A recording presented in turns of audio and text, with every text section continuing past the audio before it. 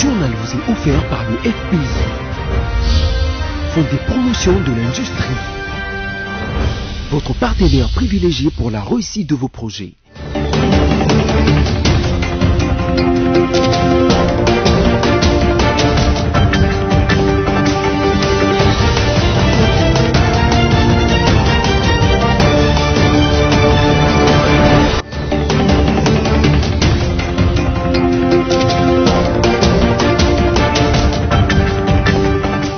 Bienvenue à tous à cette édition rétrospective dont voici le titre.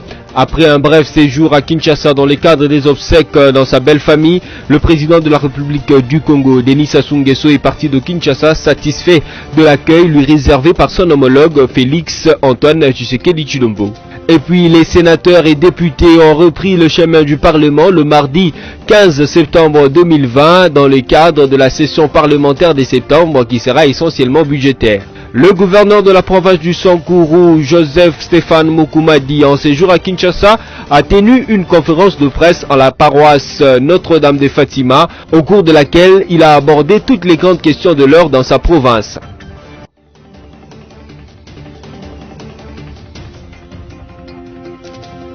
D'après les communiqués signés par Marine Toumba-Nziza, ministre congolaise des Affaires étrangères, le sommet se tiendra par visioconférence à une date prochaine en raison des contraintes dues à la Covid-19. La ministre des Affaires étrangères de la République démocratique du Congo saisit cette opportunité pour remercier les républiques sœurs d'Angola, du Burundi, du Rwanda et de l'Ouganda pour leur collaboration dans les travaux préparatoires d'études de faisabilité du dit sommet qui ont conduit à la décision sus-évoquée, dit Marine Toumba-Nziza. En outre, la patronne de la diplomatie congolaise dit renouveler à ses partenaires régionaux et internationaux les assurances de sa haute considération. Ce mini-sommet était prévu pour évoquer notamment la réponse commune aux problèmes d'insécurité dans l'est de la RDC.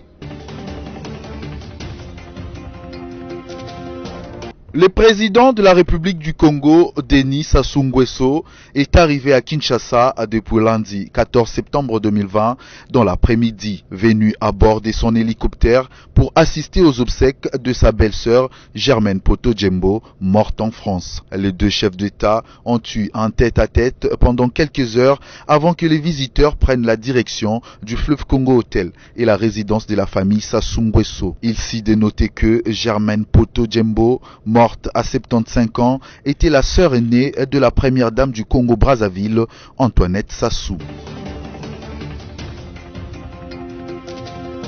Après avoir observé une minute de silence en mémoire des élèves tués à l'Est, mais aussi des massacres de la paisible population par les rebelles Codeco dans la province de l'Ituri, les présidents des deux chambres du Parlement ont indiqué que cette session est essentiellement budgétaire et va s'occuper également des questions politiques et sociales.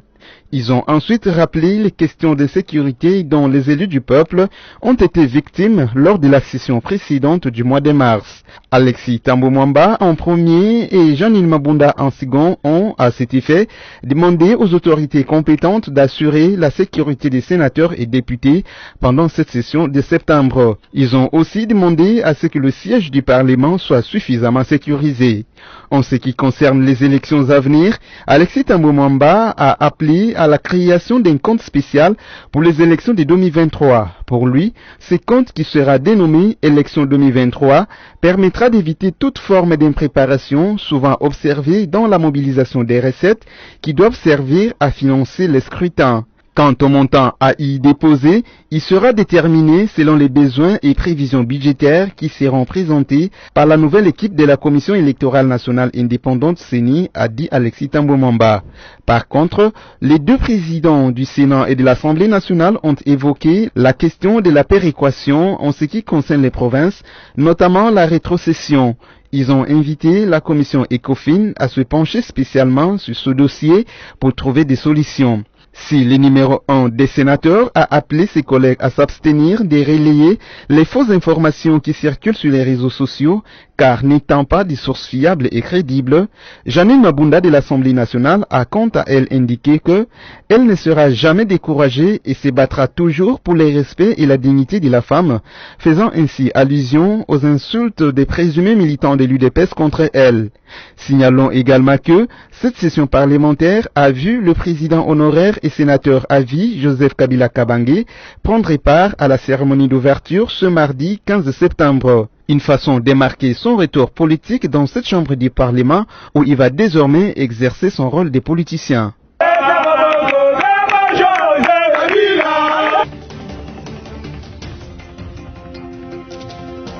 C'est le mardi 15 septembre que Joseph Kabila, l'ex-président élu de la RDC et de droit sénateur à vie, a assisté pour la première fois, depuis qu'il n'est plus magistrat suprême du Congo, à une plénière du Sénat. Cette présence de Joseph Kabila au Sénat aux côtés d'autres sénateurs ont rendu historique la rentrée parlementaire de septembre, dans la mesure où c'est la première fois en RDC qu'un président honoraire, après une alternance civilisée, fasse preuve d'humilité et de souplesse politique en acceptant de se comporter comme un citoyen congolais ordinaire.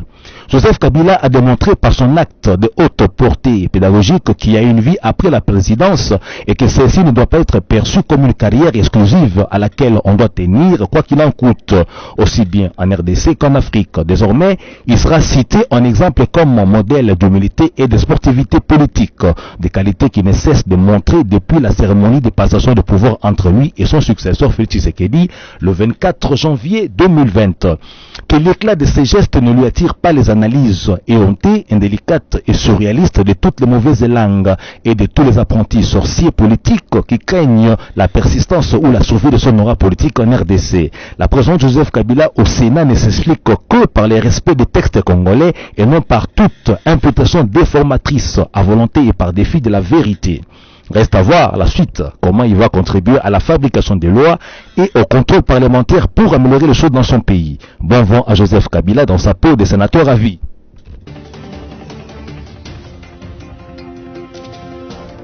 Le président du Sénat est revenu sur la nécessité de mettre les moyens de la responsabilité du gouvernement central quant en ce qui concerne la sécurité.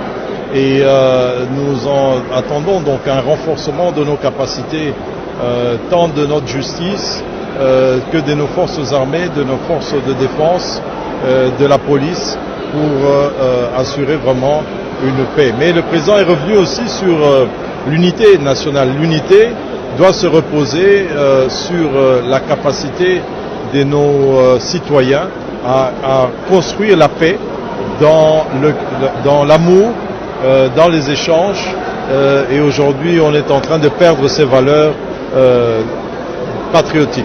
Il faut véritablement investir dans la stabilisation. Investir dans la stabilisation, c'est permettre aux citoyens d'être bien éduqués, d'avoir les routes de desserte, de pouvoir se déplacer, de pouvoir faire un travail décent et de laisser libre cours aux citoyens d'émerger que de le contenir dans la pauvreté.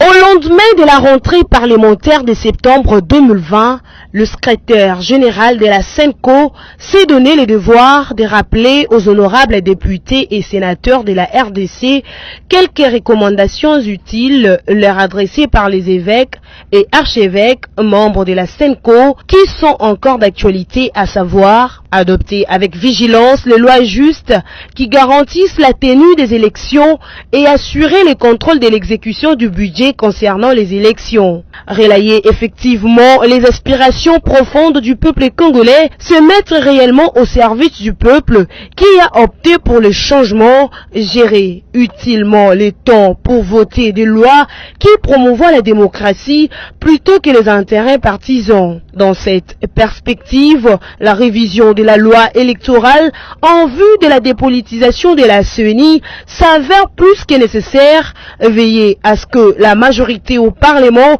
n'abuse pas de la supériorité numérique pour faire voter des lois peu favorables au progrès de la démocratie dans notre pays. La loi de la majorité n'est pas nécessairement synonyme de vérité ou des raisons ni garantie de cohésion sociale. Une majorité parlementaire, si légale soit-elle, dit la SENCO, prend sa légitimité quand elle est déconnectée des intérêts et du bien-être du peuple.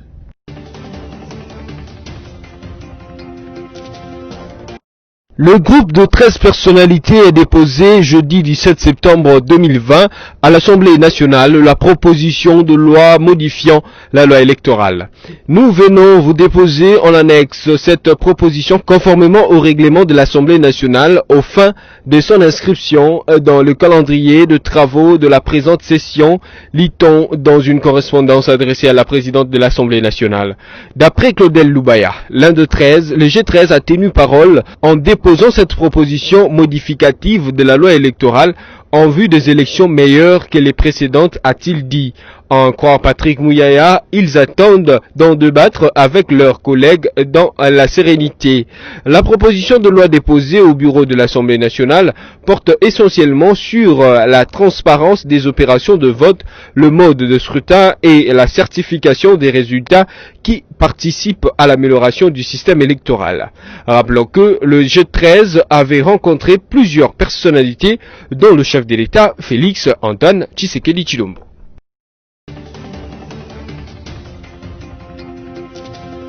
La MONUSCO ne supportait pas l'insertion des groupes armés dans l'armée régulière. C'est ce qu'a dit Mathias Gilmans, porte-parole de la mission onusienne, au cours de son point de presse hebdomadaire de ce mercredi. Il a indiqué que la mission onusienne n'encourage pas à ce que les hommes qui ont tué et violé les personnes deviennent demain les défenseurs de la patrie.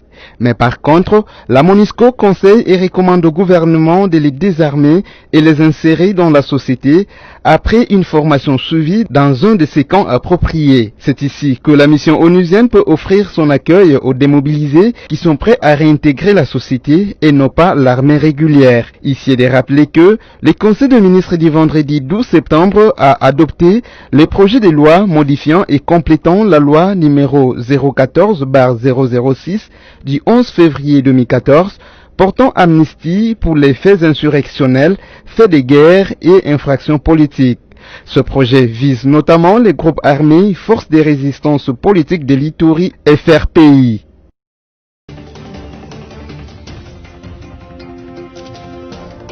Face à face entre 13h10 et 14h30 de ce lundi 14 septembre à la paroisse Notre-Dame de Fatima, située à l'avenue Tombalbaye à Gombe, entre la presse et le gouverneur de Sankourou, Joseph Mokoumadi. Au centre de cette conférence de presse à laquelle ont aussi pris part des chefs coutumiers sankourois et une conseillère du chef de l'État, des questions sur la campagne médiatique lancée contre la jeune province de Sankourou et ce gouverneur. Après la brève présentation de la province, l'on a projeté des images de torture des individus qui ont été gratuitement imputés à Joseph Mokoumadi, accusé de semer la terreur dans cette partie du pays. Lorsqu'il prend la parole, le gouverneur prend le tableau de la situation politique et économique actuelle de sa province qui fait face à de nombreux défis, exhortant la presse qui relaie les informations à s'informer à la source pour ne pas diffuser de faussetés sur lui et sa province.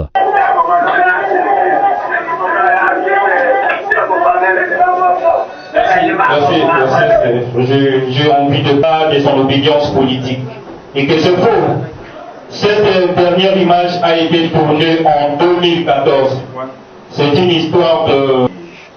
Permettez-moi de vous brosser un bref tableau de la situation politique, économique et sociale, afin de vous permettre de mieux vous imprégner des enjeux de l'heure.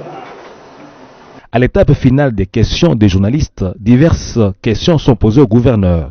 Il axe ses réponses sur l'élan de liberté qu'il apporte à ses administrés, déclarant compter avec ceux qui veulent la prospérité, la sécurité et le progrès de sa province, annonçant ne pas exclure la perspective d'un dialogue pour aborder toute question sur sa province. Oui à la liberté du peuple, oui à la bonne gestion de la politique et de la province, non à l'influence politique sur la gestion au quotidien des affaires de l'État, Bukumadi est diabolisé. Comme vous l'avez bien décrit, c'est un camp. Il y a un camp de la liberté du peuple et puis il y a un camp de ceux qui veulent maintenir toujours le peuple sous l'oppression. Au Caire, la capitale égyptienne, le Fonds de promotion de l'industrie, FPI, recherche des financements pour ses projets d'envergure visant le désenclavement et la connectivité des provinces du Grand Kasaï.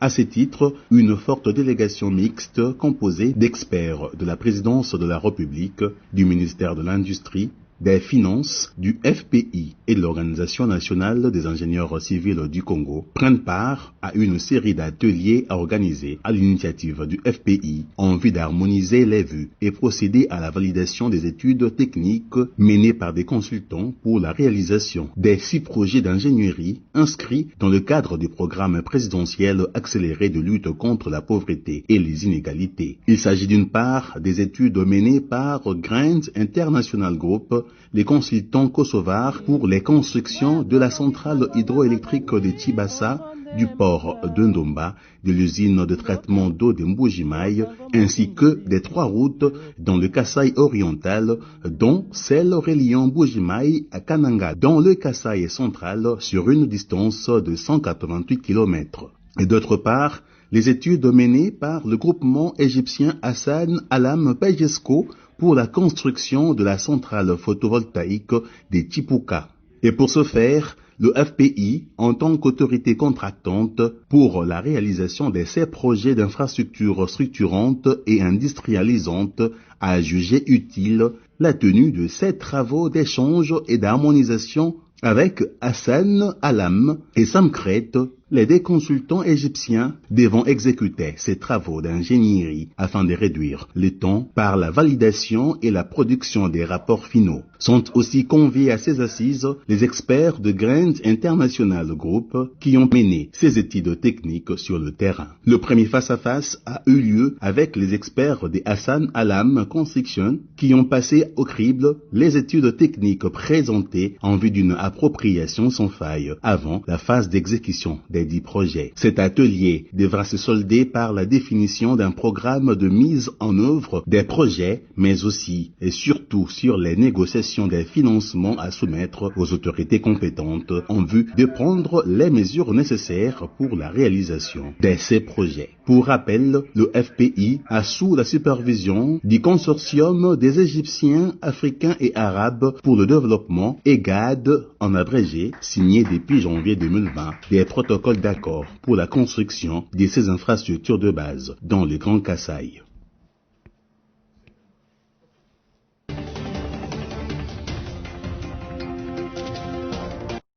Lundi 14 septembre 2020, la justice de la République démocratique du Congo a mis aux arrêts les directeurs généraux de l'Office de gestion du fret multimodal OGFREM, Patient Saïba.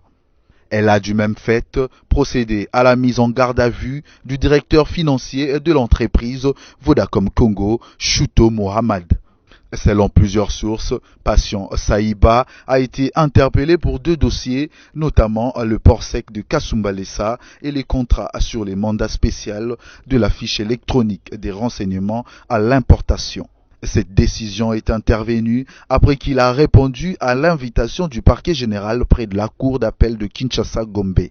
Par ailleurs, Chouto Mohamed, directeur financier de Vodacom, est accusé de faux et usage de faux, caractérisé par une facilitation des états financiers dans les buts de minorer les impôts et autres droits de l'État congolais.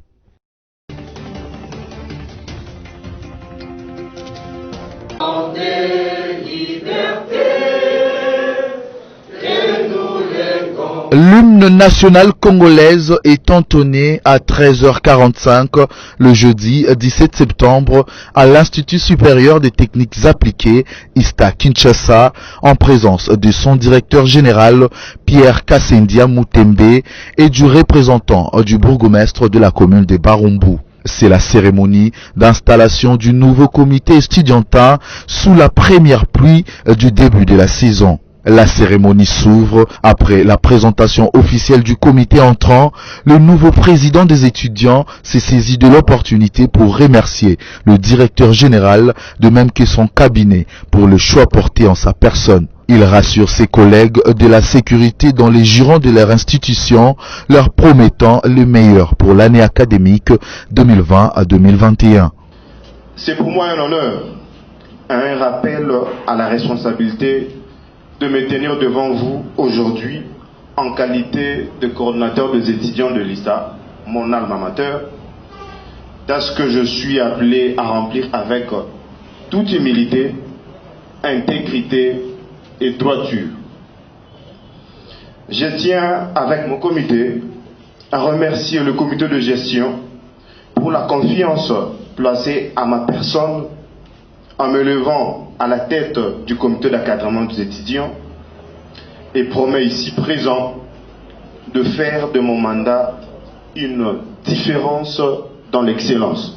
Au micro de BSC Télévision, le directeur général et le nouveau comité donnent leur avis. Mais je crois que le plus important, c'est qu'ils ont été investis. Pourquoi est-ce qu'on a organisé? C'est pour qu'ils soient connus, tant par la communauté nationale et la communauté extérieure, qu'ils soient connus. Et pour leur donner, si vous voulez, le pouvoir en fait.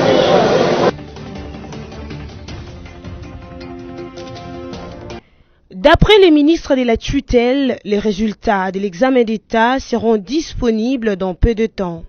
Willy Bakonga informe que l'opération de correction des examens pour la ville-province de Kinshasa a déjà débuté. Le numéro 1 de l'EPST a tout de même reconnu qu'il y a eu une certaine baisse du niveau qui a été remarquée à l'issue de ces épreuves, mais il a tenu à rassurer qu'il y a aussi des meilleurs parmi les finalistes, ce d'après ses déclarations à la presse. Par ailleurs, le ministre de l'EPST, Willy Bakonga, a annoncé pour le 5 octobre prochain la rentrée scolaire 2020-2021 sur l'ensemble du territoire national. Rappelons que ces épreuves se sont déroulées dans un contexte particulier lié à la crise sanitaire causée par la pandémie du coronavirus.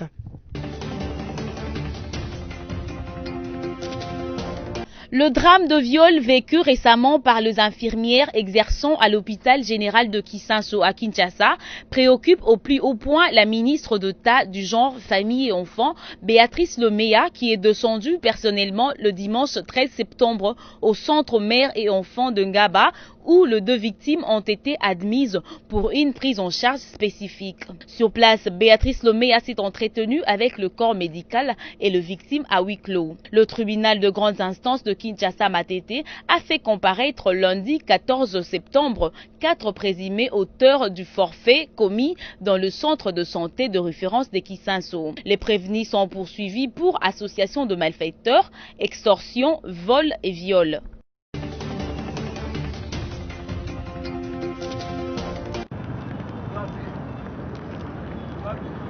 Nous n'allons pas nous arrêter jusqu'à ce que notre condition de travail soit améliorée. Cette décision est des agents et cadres de l'inspection provinciale de travail de Kinshasa qui ont entamé un mouvement de grève pour déplorer les mauvaises conditions dans lesquelles ils exercent leur travail. En croire l'inspecteur provincial du travail. Les conditions dans lesquelles nous travaillons, c'est déplorable. À partir du moment où même nous avions perdu un collègue ici, Bisselel, notre directeur a écrit. Toujours pas de réponse. La distanciation sociale dont on parle, quand dans mon bureau là où vous étiez, nous sommes à 12, et si chacun convoque au moins deux parties, nous serons en combien? Donc pour nous, c'est un cahier de charge qui est déjà déposé entre les mains des autorités, et que pour le moment, il fallait que nous puissions réagir autrement. Il fallait qu'on reste dehors, comme ça ils seront obligés de trouver une solution à notre problème. Des dossiers éparpillés, des inspecteurs qui signent des documents en plein cours, des installations sanitaires complètement détruites, des conditions que même les syndicats des agents désapprouvent. Nous sommes d'avis et nous sommes d'accord avec les inspecteurs du travail parce que les conditions de travail ne répondent pas aux normes de la BIT ou de l'OIT.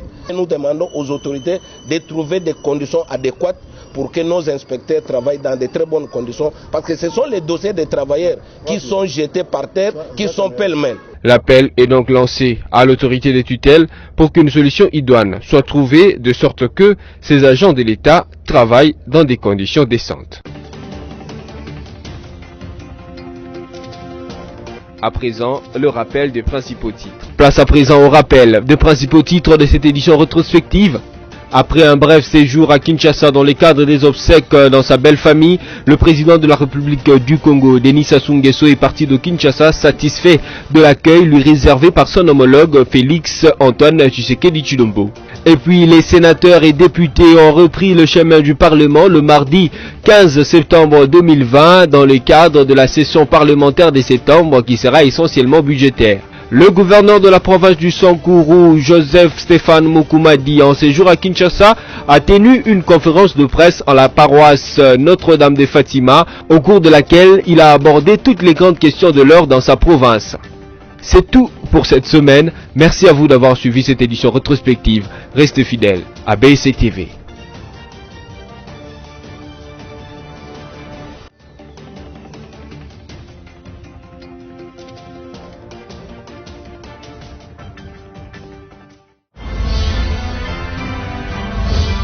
Ce journal vous a été offert par le FPI, Fonds des promotions de l'industrie, votre partenaire privilégié pour la réussite de vos projets.